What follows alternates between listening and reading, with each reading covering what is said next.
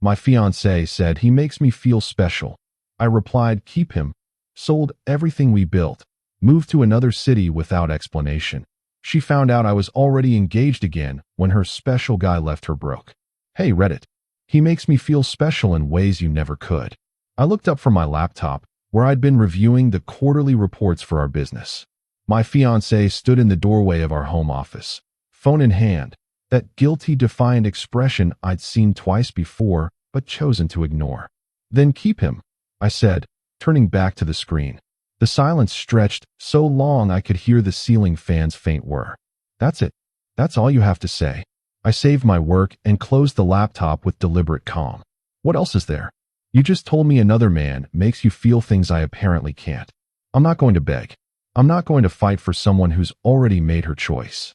Her face cycled through shock, anger, then something like panic. I didn't say I was choosing him. I was just being honest about my feelings. I appreciate the honesty. I stood up, sliding the laptop into my bag. Really, I do. Most people don't have the guts to say it out loud. I'm 36. She's 33. We'd been together for 6 years, engaged for 8 months. We owned a digital marketing agency together, built it from nothing in my apartment while she was still working her corporate job. The plan was to get married next spring, expand the business, maybe start a family in a few years. That conversation happened on a Wednesday evening in October. By Friday morning, I'd already made 3 phone calls that would change everything. You're overreacting, she said that night, finding me in the guest room. I'm not having an affair. David is just a friend who listens to me. David. Now he had a name. How long have you been talking to him? She hesitated. A few months. We met at that networking event in August. 2 months. 2 months of messages, calls, coffee meetings she'd somehow forgotten to mention. 2 months of feeling special with someone who wasn't her fiancé. Does he know about me? Another hesitation. He knows I'm in a relationship. But not that you're engaged. Not that we own a business together. Not that we're supposed to get married in 6 months. She sat on the edge of the bed. It's not like that. We just talk. He's going through a divorce, and he understands what it's like to feel invisible in your own relationship. The accusation hung there, sharp and deliberate. I made you feel invisible, I said slowly. By working 80-hour weeks to build the company that pays for this house, your car, the ring on your finger. It's not about money. It's about emotional connection. When's the last time we had a real conversation? When's the last time you asked me how I was feeling instead of talking about client retention and revenue targets? She wasn't entirely wrong. The business had consumed me, but I'd been building something for us, for our future. Every late night, every skipped dinner, every canceled date was supposed to be temporary. Get the company stable, then coast. Apparently, I'd miscalculated the timeline. I didn't sleep that night. Instead, I opened my laptop and started making lists. Our business assets were technically split 50-50, though I'd put in about 80% of the initial capital and handled 90% of the actual work. She managed client communications and some social media, but her role had always been more ceremonial than functional. The clients knew me. The contractors reported to me. The intellectual property, the systems, processes, templates, lived in my head. By dawn, I had a plan. We need to talk about the business, I said over breakfast Saturday morning. She looked relieved, probably thinking I was ready to move past Wednesday's conversation. Okay, what's on your mind? I want to buy you out. Her coffee cup stopped halfway to her mouth. What? You're half of the company. I'll pay you fair market value. We'll get it appraised by a neutral third party. You'll walk away with a substantial amount of cash, and I'll take full ownership. You're breaking up with me over one conversation? You told another man he makes you feel things I don't. Those weren't the words of someone who wants to marry me. Those were the words of someone who's already halfway out the door, but wants to keep one foot in for security. Her face flushed. That's not fair, isn't it? Be honest with yourself if not with me. If David wasn't in the process of getting divorced, if he was available right now, would you be sitting here, or would you already be gone? She opened her mouth, closed it, opened it again. No words came out. That's what I thought. The business appraiser came Monday. By Wednesday, we had a number, $470,000 for her half. It was fair, more than fair, actually, considering her limited operational role. I had the cash from some investments and a line of credit I'd established earlier in the year. She signed the papers Friday afternoon, 3 weeks after our original conversation. Her hands shook slightly as she took the check. "This feels wrong," she said. "You'll be fine. You've got nearly $500,000 and a friend who makes you feel special. That's more than most people get. What about the house? It's in my name. I bought it before we started the company, remember? Where am I supposed to go?" I slid a second envelope across the table. 3 months' rent, paid in advance, for a 2-bedroom apartment downtown. Nice building, good location. You've got time to figure out your next move. She stared at the envelope like it might bite her. "You had this planned. All of it. I'm not the villain here. I'm giving you money you're legally entitled to and making sure you land on your feet. What I'm not doing is pretending we can go back to how things were. I never slept with him. I believe you. But you betrayed me anyway. The physical part isn't the only way to cheat." She moved out the following week. I helped her pack, stayed civil, even hugged her goodbye. No tears from either of us, just the hollow feeling of something dying quietly. The day after she left, I started phase 2. I called every major client personally. Professional, warm, reassuring. The company was going through a restructuring, but nothing would change from their perspective. Same quality, same service, same point of contact, me. Most of them barely reacted. A few asked about her. I said she was pursuing other opportunities, wished her well, and moved on. Then I called my business attorney. I want to dissolve the LLC and create a new entity. Different name, different structure, but same basic operation. Can you handle the paperwork? When do you need it done? Yesterday. He laughed. I can have it ready in 2 weeks. Make it 1. The new company launched November 1st. Different name, new branding, but all the same clients. I'd been careful. Every contract clause was honored. Every transition was smooth. Legally, ethically, professionally, everything was airtight. I also listed the house. Not because I needed to, but because I wanted a clean break. No memories, no ghosts. No, we hung that picture together moments. The market was hot. I got an offer 5% over asking within 3 days. On November 10th, I signed a lease for a furnished corporate apartment in a city 4 hours away, a place I'd visited once for a conference and liked. Tech scene was growing, cost of living was reasonable, and exactly 0 people knew my history. I told no one except my attorney and accountant where I was going. Changed my phone number. Kept my social media dormant. For all intents and purposes, I vanished. Here's what I didn't tell anyone. I wasn't running away to lick my wounds. I was running towards something. Her name was Claire. We'd met at that same conference 2 years earlier, stayed in touch professionally, became friends. She was a UX designer, brilliant and funny, with dark curly hair and this laugh that sounded like wind chimes. We'd grabbed coffee a few times when I was in her city for business. Kept it professional, kept it friendly. But there'd always been something there. An ease, a chemistry. Conversations that went 3 hours without effort. Inside jokes that developed naturally. That particular kind of tension that exists between 2 people who are attracted to each other but won't act on it because the timing isn't right. The timing was right now. I called her the night I signed the papers selling my half of the business to myself. Technically accurate, since I'd bought out my ex-fiancée's portion. Told her I was moving to her city, starting fresh. Finally done with what's her name? Claire asked. Completely. Good. She never deserved you anyway. We met for dinner my second day in town. By the end of the night, we'd kissed in the parking lot like teenagers. By the end of the week, she'd given me a key to her apartment, not because I needed one, but because she wanted me to have it. By Christmas, I proposed.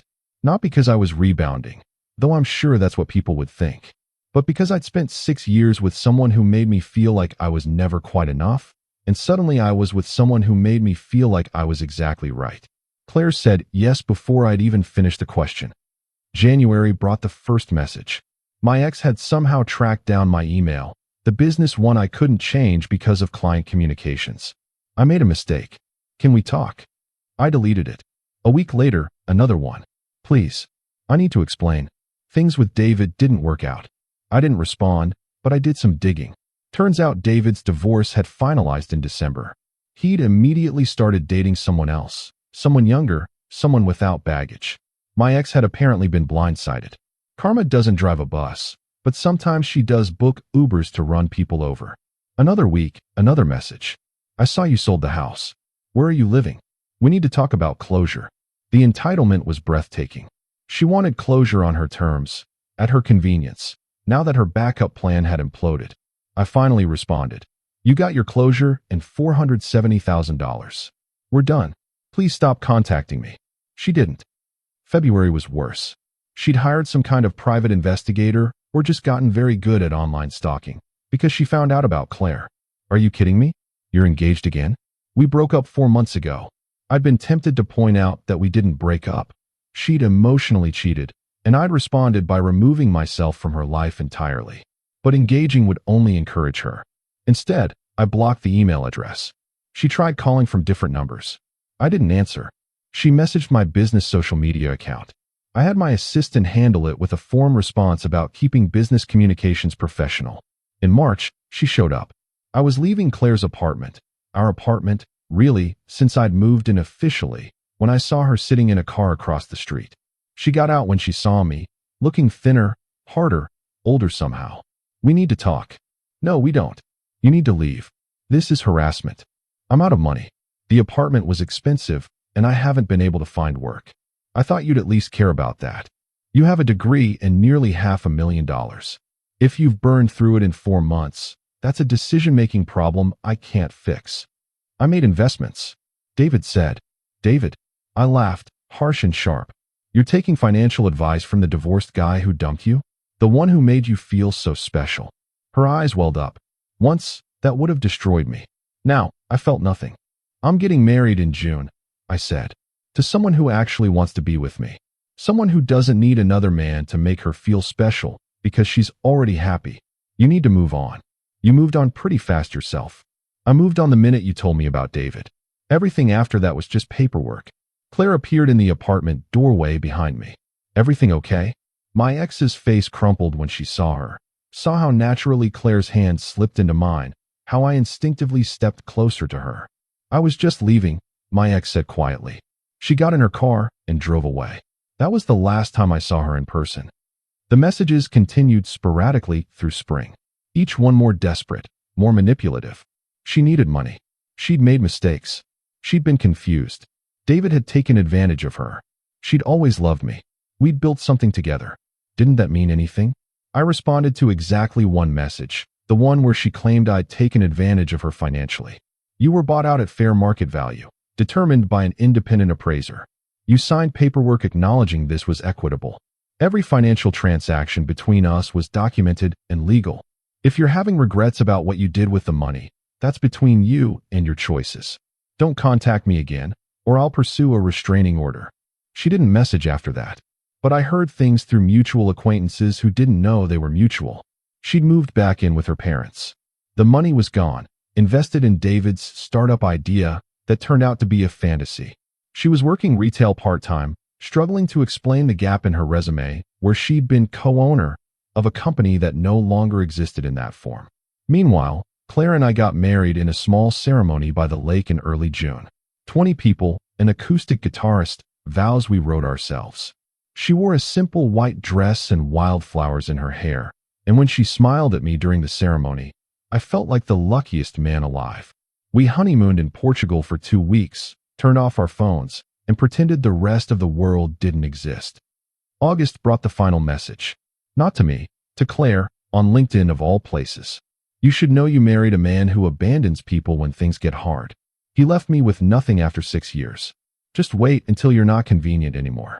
Claire showed me the message, eyebrows raised. Want to tell me what that's about? I told her everything. The whole story, start to finish, including the parts that didn't make me look great. The coldness, the calculated exit, the speed with which I'd moved on. When I finished, Claire was quiet for a long moment.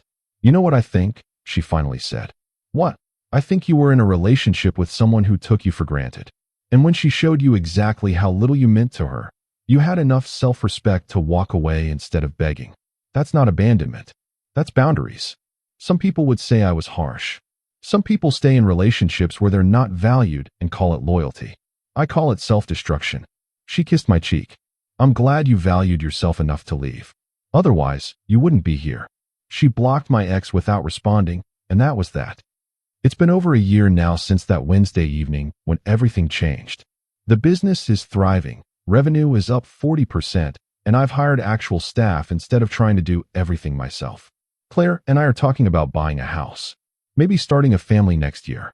I don't regret how I handled things. Could I have been gentler? Probably. Could I have given her more chances? Sure. But I'd already given her 6 years of chances, 6 years of building something while she coasted along for the ride. The moment she told me another man made her feel special, she showed me exactly where I ranked in her priorities. I wasn't going to wait around to rank even lower. People talk about closure like it's something you're owed, something that happens through long conversations and mutual understanding. But sometimes closure is just deciding you're done and walking away. You don't need the other person's permission to move on. You don't need to make them understand. You just need to understand yourself.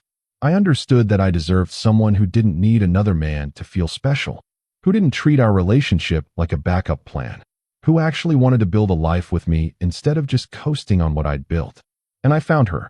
My ex wanted me to feel guilty about moving on quickly, about abandoning her, about not being there when her bad decisions caught up with her. But guilt requires believing you did something wrong. I didn't do anything wrong. I protected myself. I extracted myself from a situation that was making me miserable. I found someone who actually values me. If that makes me the villain in her story, I can live with that. Because in my story, I'm the guy who finally learned his worth and refused to settle for less. And honestly, that's the only story that matters. Last month, Claire and I found out we're expecting a girl due in March. We've started looking at houses with good school districts, talking about preschools and college funds, and all those overwhelming, beautiful future plans. Sometimes I wonder what my life would look like if I'd stayed, if I'd fought for someone who'd already checked out, if I'd spent years trying to be enough for someone who was determined to find me lacking. Then Claire laughs at something stupid I said, or reaches for my hand without thinking, or talks about our daughter like she's already here and loved beyond measure, and I stop wondering. I didn't abandon anyone. I saved myself. And that's not just okay. It's the best decision I ever made. The woman who said someone else made her feel special ended up with nothing. The man who decided he deserved better ended up with everything.